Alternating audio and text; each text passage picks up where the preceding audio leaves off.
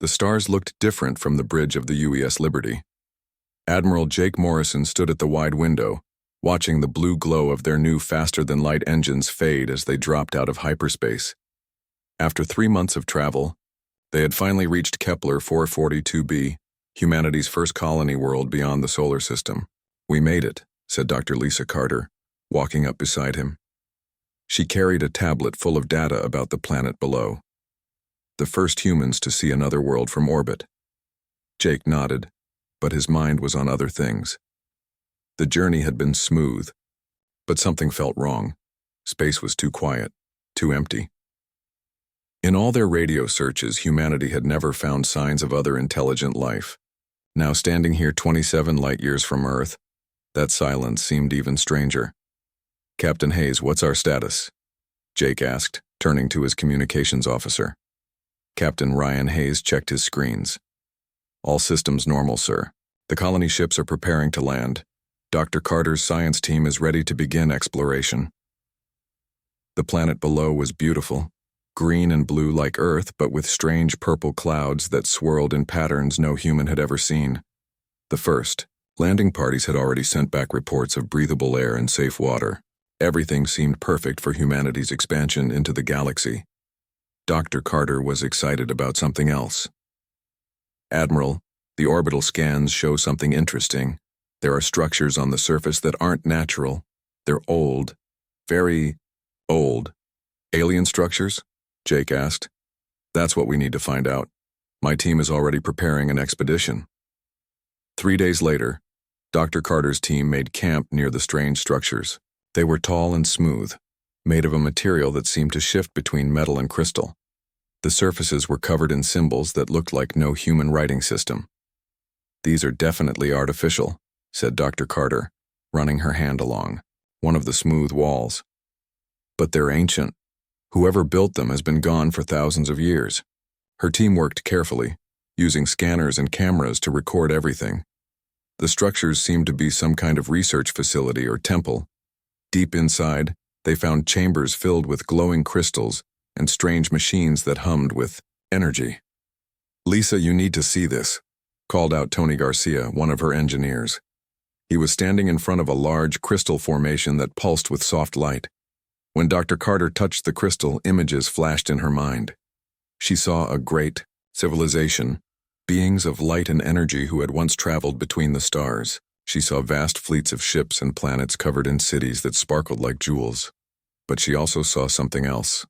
Darkness, war, the end of everything. "What did you see?"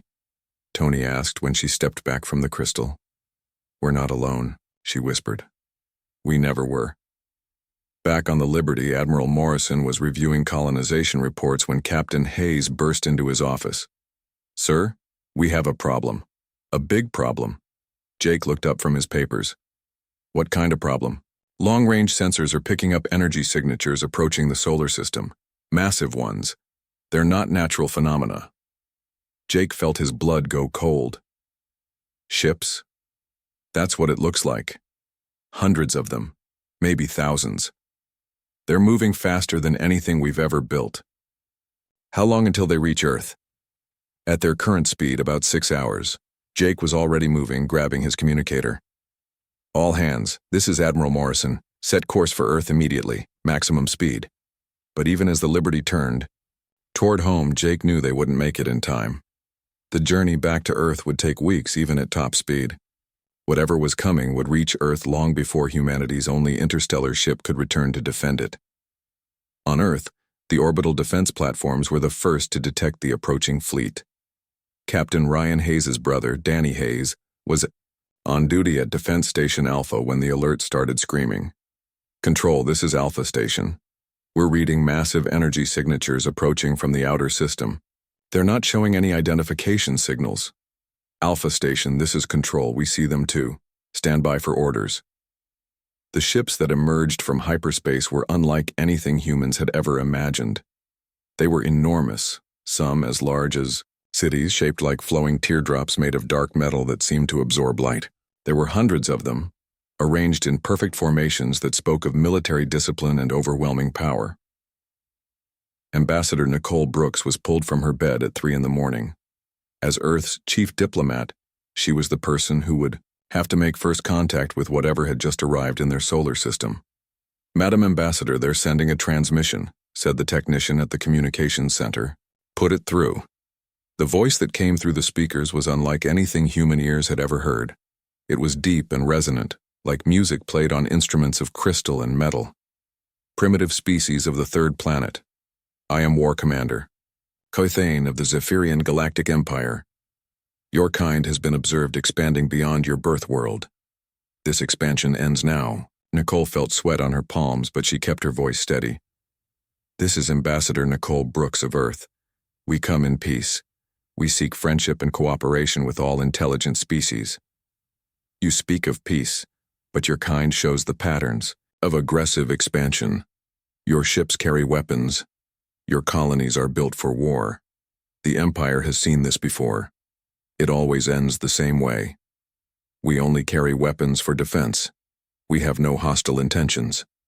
The Empire does not care about your intentions. We care about your capabilities. You have 72 of your standard hours to make a choice. Submit to Imperial rule and become a vassal species, or be removed from the galaxy permanently. These are your only options." The transmission ended, leaving Nicole staring at the silent speakers. Outside the windows of the communications center, she could see the lights of the alien fleet hanging in space like dark stars.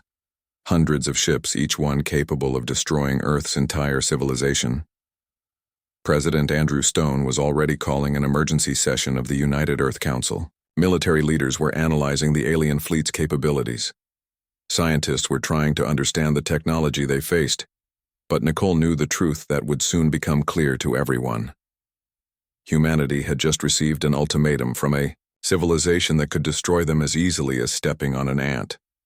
They had 3 days to decide between slavery and extinction. The age of human expansion had lasted exactly 3 months. Now they would learn if the age of human survival could last even 3 more days. President Andrew Stone had never seen the council chamber this crowded. Every seat was filled with world leaders, military commanders, and scientists. The emergency session had been called just hours after the alien ultimatum, and everyone knew they had less than 3 days to decide the fate of humanity. "Let me make this clear," President Stone said, standing at the center of the room. "We face a choice between slavery and death. Those are the only options the aliens have given us." Colonel Amy Price stood up from her seat. She was Earth's top military strategist, and her face was grim. "I've analyzed their fleet. We're looking at technology that's centuries ahead of ours. Their smallest ships are bigger than our largest battleships. We have maybe 200 combat vessels. They have thousands." "What about our defenses?" asked General Chris Wade. "Our orbital platforms might slow them down for a few minutes," Amy replied. "Maybe an hour if we're lucky. But the truth is simple. If they want to destroy us, they can do it without breaking a sweat." The room fell silent. Everyone had hoped for better news, but deep down they all knew what Colonel Price would say. Dr. Lisa Carter's voice crackled through the communication system from Kepler 442b. "Mr. President, I may have found something important." "Dr. Carter, you're 27 light-years away. How can you help us?" "The alien structures we discovered. I've been studying them since we got the ultimatum. These weren't built by the Zephyrians, they were built by someone else, someone who fought them." President Stone leaned forward. "Explain." "The crystals in the structures contain information, memories almost. I've been able to access some of them. The builders called themselves the Nethari. They were an advanced civilization that once challenged the Zephyrian Empire." "What happened to them?" Amy Price asked. "I'm not sure yet, but they left behind technology, defensive systems that might still work. The structures here aren't just ruins. They're a weapons cache."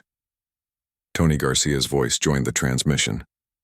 "Mr. President, I'm an engineer, not a scientist, but what I'm seeing here is incredible. These machines are still functional after thousands of years.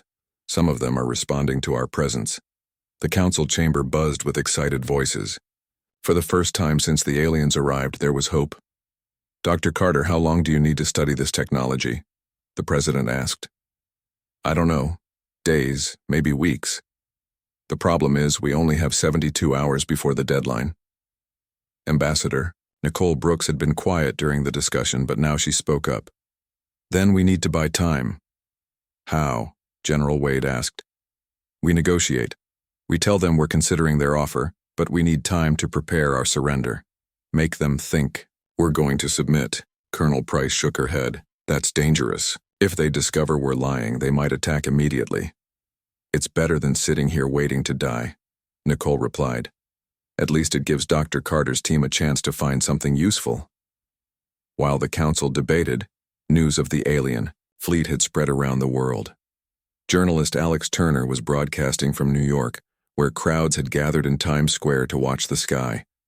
Citizens around the world are looking up tonight, knowing that alien ships hang above us like a sword, Alex reported. Some are calling for immediate surrender. Others demand that we fight no matter the cost. But everyone agrees on one thing. Humanity will never be the same. In homes around the world, families hugged each other tighter. Some people prayed. Others made plans to run to remote locations. But most just waited and watched the news, hoping their leaders would find a way to save them. Commander Beth Sullivan was coordinating Earth's defense forces from the lunar base. Every ship, every weapon, every soldier was being prepared for what everyone knew would be a hopeless battle. Commander, what are our real chances? Asked Captain Sam Foster, one of her junior officers. Beth looked at the tactical displays showing Earth's defenses compared to the alien fleet. Honestly, 0. But that doesn't mean we give up. Sometimes you fight because it's the right thing to do, not because you can win. Back on Kepler 442b, Dr. Carter was working around the clock to understand the Nithari technology.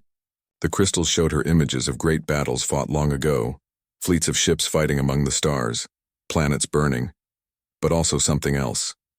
Hope. Tony, look at this, she called to her engineer. The Nithari didn't just build weapons. They built something else. Something the Zephyrians feared. Tony studied the crystal formations she was pointing to. What is it? I think it's a shield generator. Not just for one ship or one planet, for an entire solar system. That's impossible. So we're faster than light engines until we built them. The Nithari were more advanced than us by thousands of years. If anyone could build something like this, it would be them. Meanwhile, the Zephyrian fleet waited in the outer solar system. War Commander Kythane stood on the bridge of his flagship, watching the small blue planet that had defied the Empire. Commander, the humans are requesting a meeting, his communications officer reported. Are they ready to surrender? They say they need time to prepare their submission. They want to discuss terms. Kythane's crystalline form shimmered with what might have been amusement. They think they can negotiate with the Empire. Very well. It will be interesting to see how they grovel. But in the depths of space between Earth and the alien fleet, something was moving. Small ships, painted black, to avoid detection, were slowly making their way toward the Zephyrian formation. Captain Danny Rogers led the reconnaissance mission, knowing it was probably suicide. Stay quiet, stay hidden, he whispered to his crew. We need to learn everything we can about their ships.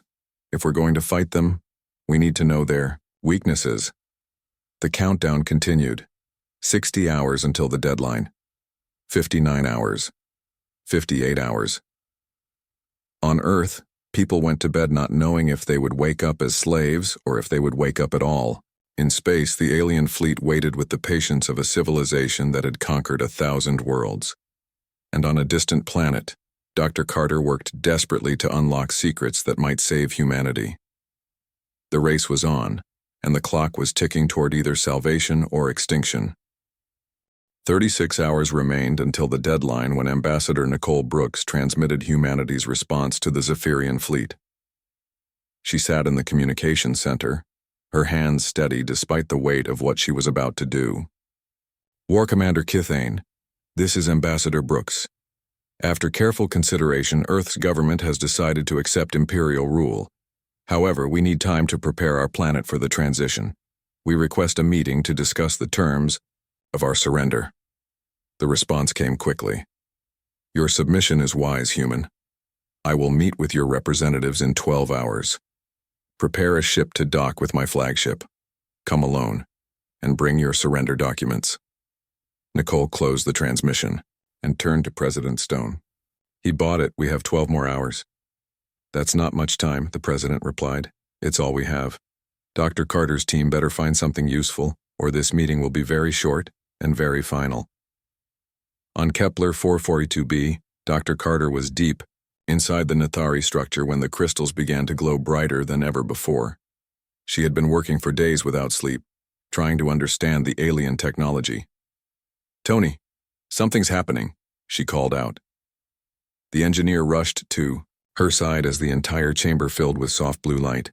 The crystals were responding to something, pulsing in rhythm like a heartbeat.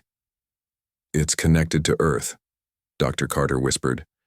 "The system knows our home planet is in danger." Images flashed in her mind again, clearer this time. She saw the Natharis' final battle against the Zephyrian Empire.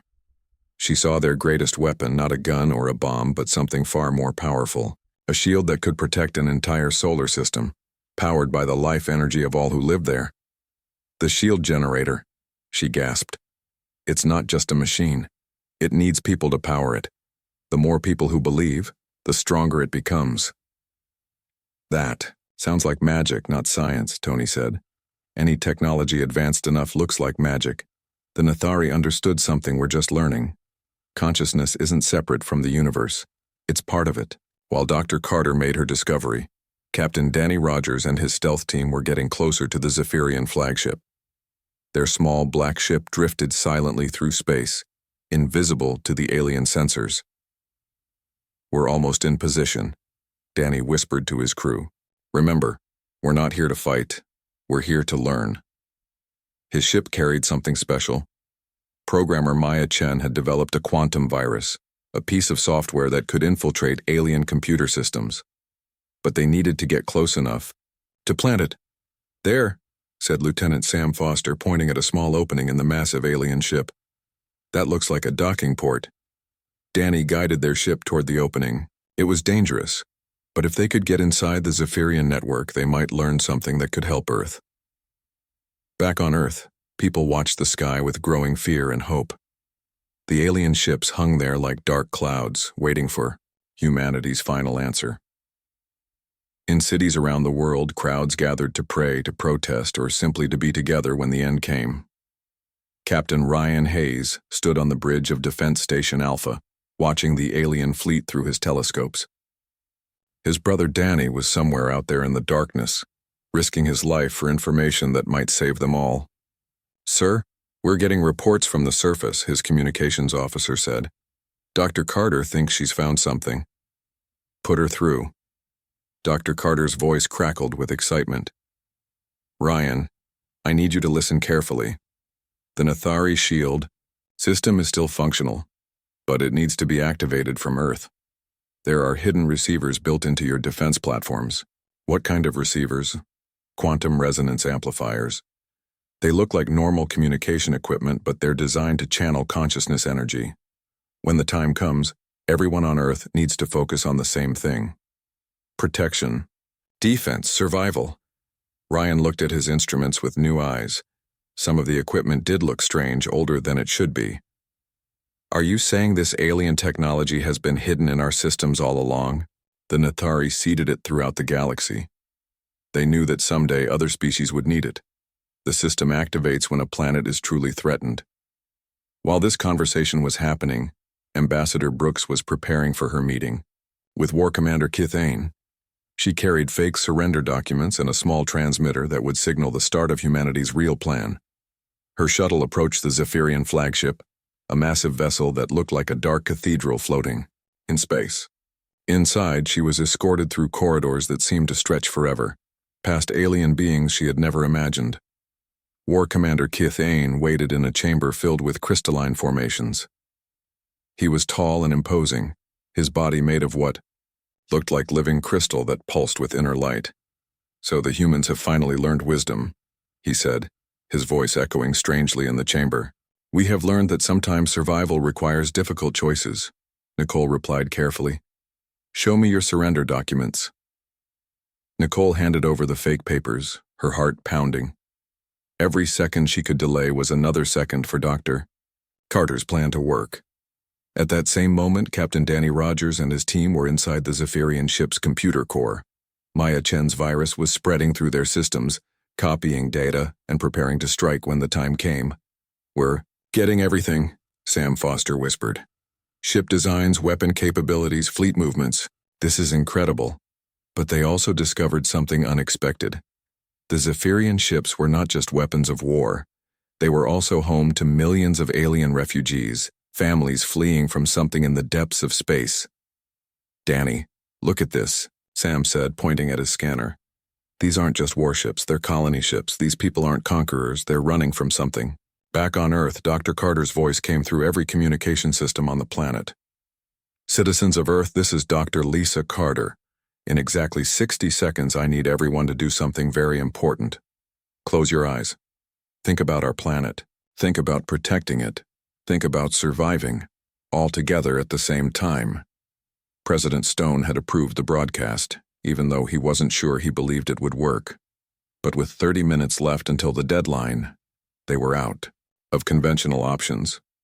Around the world, billions of people stopped what they were doing. They closed their eyes and thought about Earth, about their families, about hope. On the defense platforms, Captain Hayes watched his instruments as they began to glow with energy he had never seen before. "What's happening?" "The Netherese shield is activating," Dr. Carter's voice said. "It's working. The consciousness of every human on Earth is powering it." In space around Earth, a shimmer began to form. Invisible at first, then growing stronger. A barrier of pure energy, fed by the hopes and dreams of 6 billion human minds. War Commander Kithane felt it too. His crystalline form trembled as sensors throughout his ship began screaming warnings. "What is this?" he demanded, looking at Ambassador Brooks with new suspicion. Nicole smiled for the first time in days. "This is humanity's real answer to your ultimatum." The Netherese shield around Earth pulsed with brilliant light as the Zephyrian fleet opened fire. Thousands of energy beams struck the barrier, but instead of breaking through, they were absorbed and redirected back into space. The shield held, strong, powered by the combined will of humanity.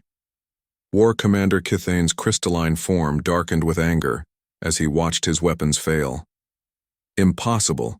The Netherese technology was destroyed millennia ago. Ambassador Brooks stood calmly in his chamber, no longer pretending to be a frightened diplomat. "The Netherese were smarter than you thought. They knew other species would need their help someday." "You have delayed your destruction, nothing more," Kithane growled. "When your people grow tired, when their concentration fails, the shield will fall.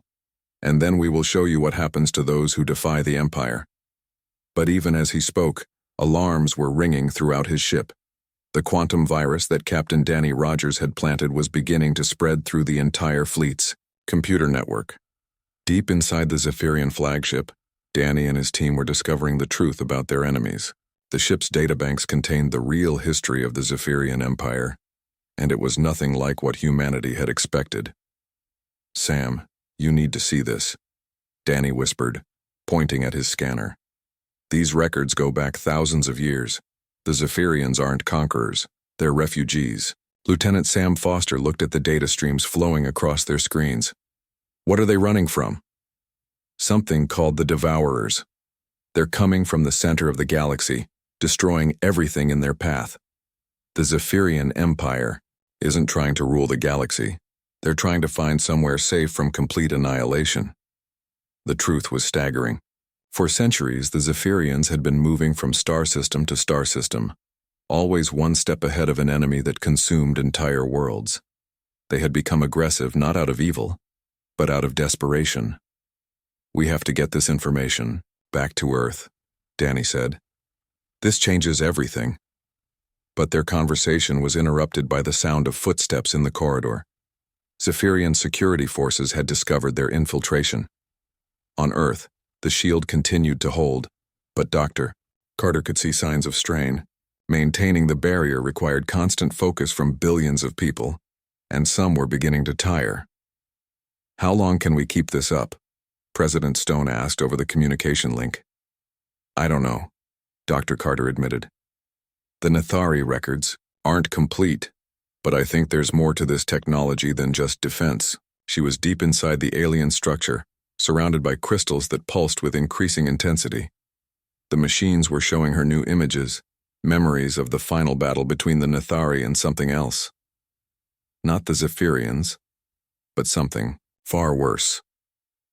Tony, the crystals are showing me the real enemy, she called to her engineer. The Devourers.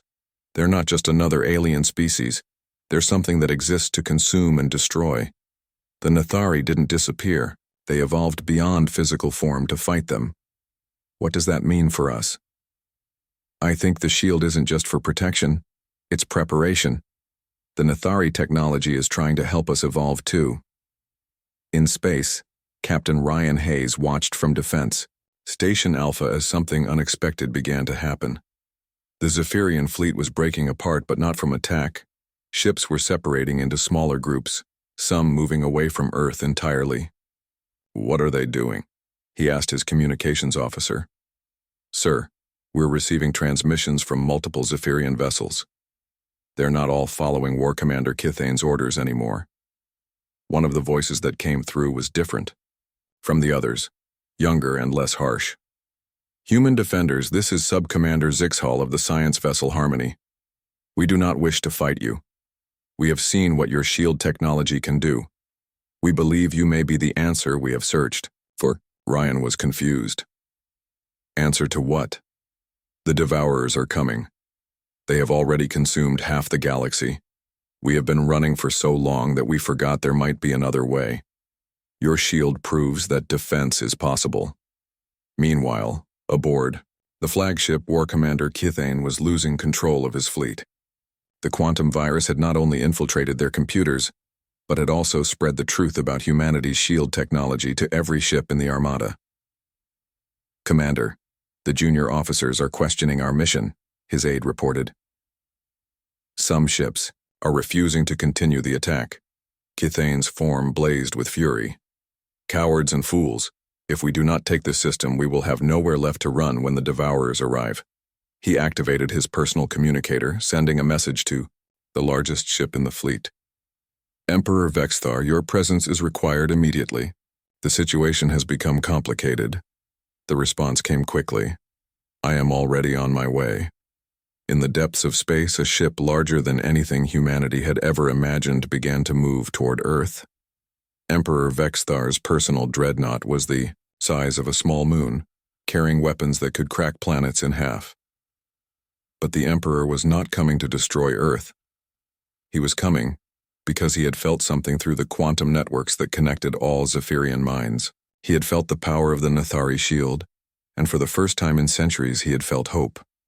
Pilot Kelly Martin was testing humanity's newest fighter when the massive dreadnought appeared.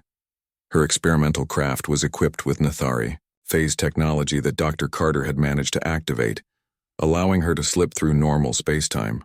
Control, this is Kelly. I'm seeing something big out here, really big. Kelly, get back to base immediately, came the reply from Captain Hayes. Negative, Control. I think this is something we need to understand.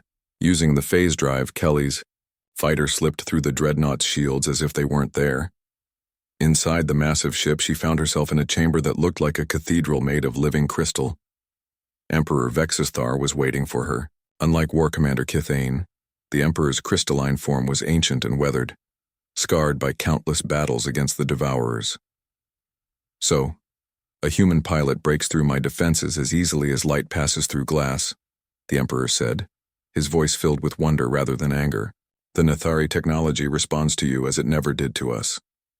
Kelly kept her hand on her weapon, but something about the Emperor's presence made her hesitate. What do you want from us? What I have wanted for 1,000 years, young pilot.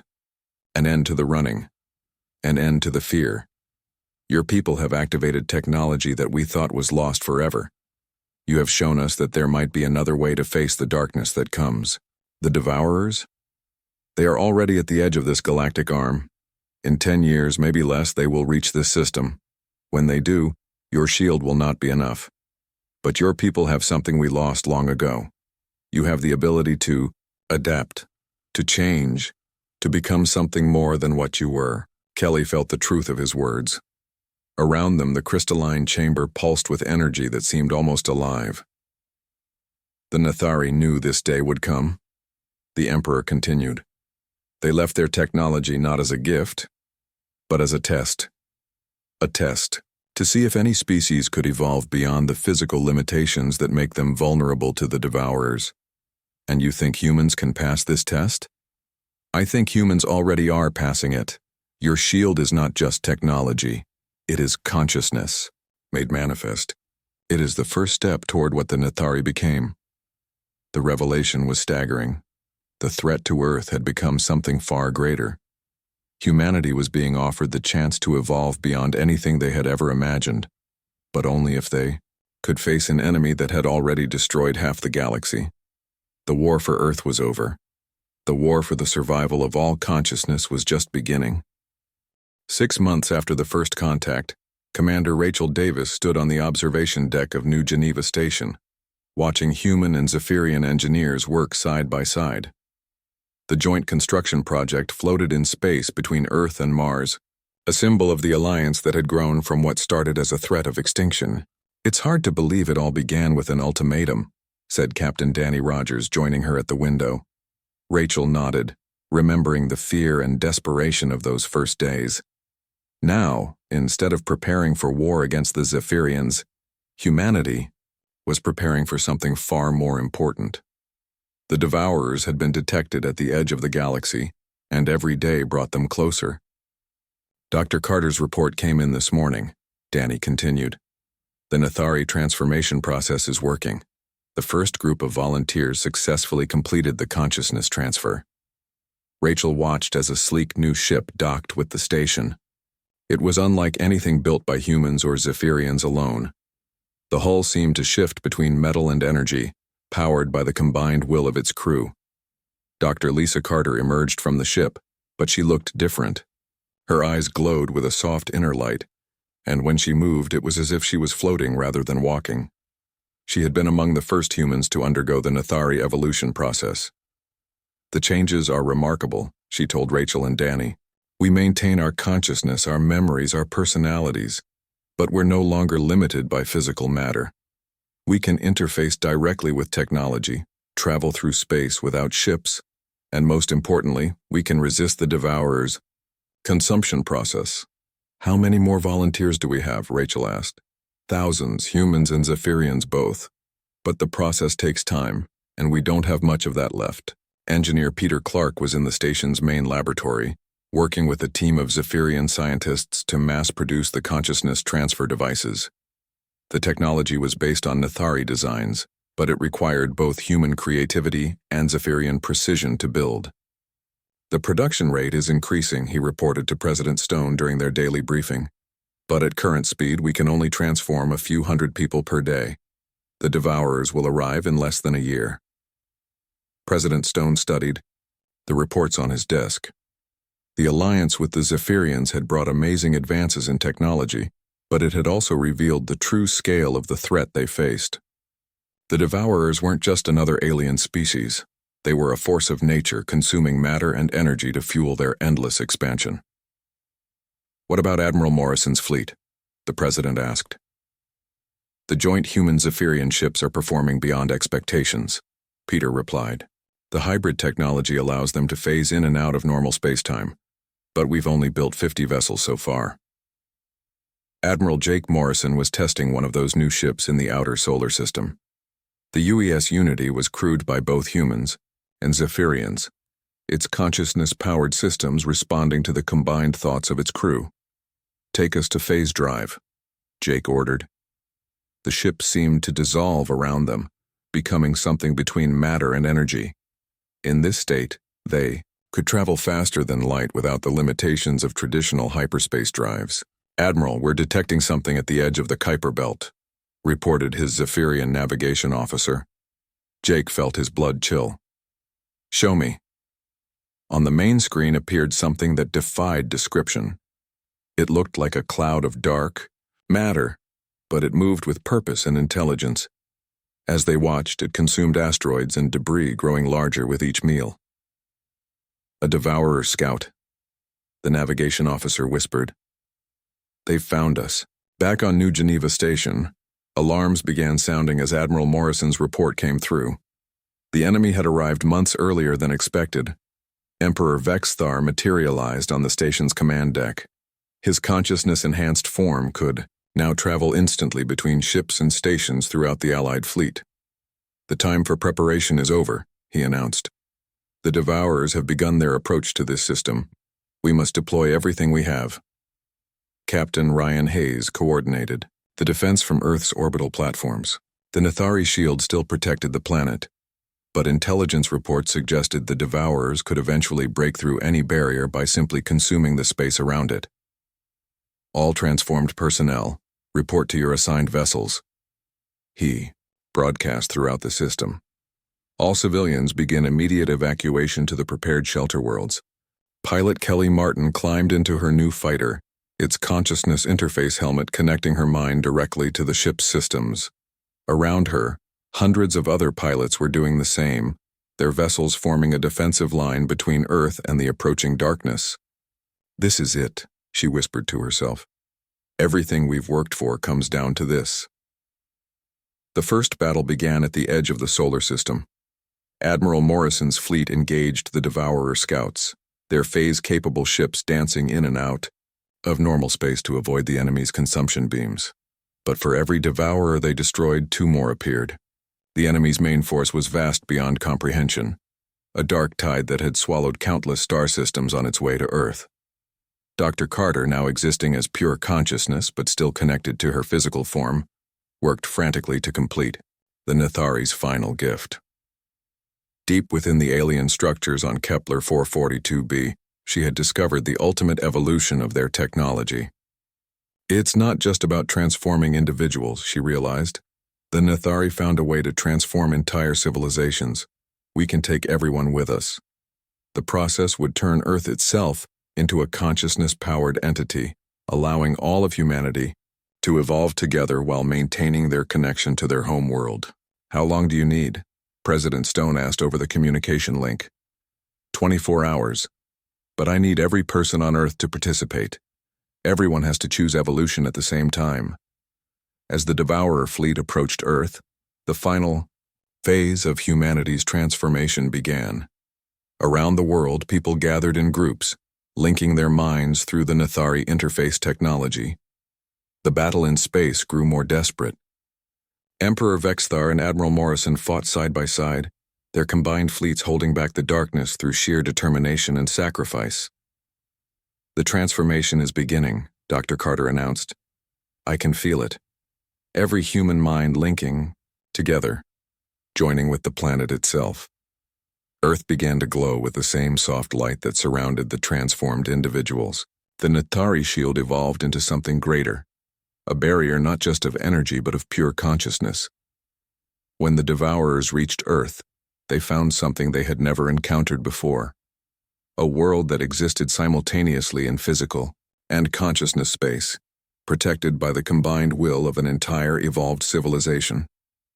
The Devourers' consumption beams passed harmlessly through the planet, unable to affect matter that was sustained by thought rather than mere physical laws. It worked, Emperor Vexthar said, his ancient form blazing with hope. For the first time in 1,000 years, we have found a way to truly defeat them. The battle was won, but the war was far from over. The Devourers would return with greater force, and other worlds needed to be warned and prepared. Instructor Julie Wright stood in the training facility aboard New Geneva Station, looking at her new class of cadets. They were young humans and Zephyrians who had volunteered to carry the message of evolution to other star systems. The galaxy is vast, she told them. There are countless species out there who don't know what's coming. Our mission is to find them, teach them what we've learned, and help them join the evolved alliance. One of the cadets, a young human named Alex, raised his hand. Instructor, what if they don't want to evolve? What if they prefer to stay as they are? Julie smiled, remembering when she had asked the same question. Then we protect them anyway. That's what consciousness evolution really means. We become strong enough to defend not just ourselves, but everyone who needs defending. Outside the station's windows, Earth glowed with its new hybrid existence. Ships of the Allied fleet patrolled the system, their crews part human, part Zephyrian, and part something entirely new. The ultimatum that had once threatened humanity's destruction had become the foundation of the galaxy's greatest hope. In trying to save themselves, humans had discovered how to save everyone. The age of running from the darkness was over. The age of pushing back against it had begun.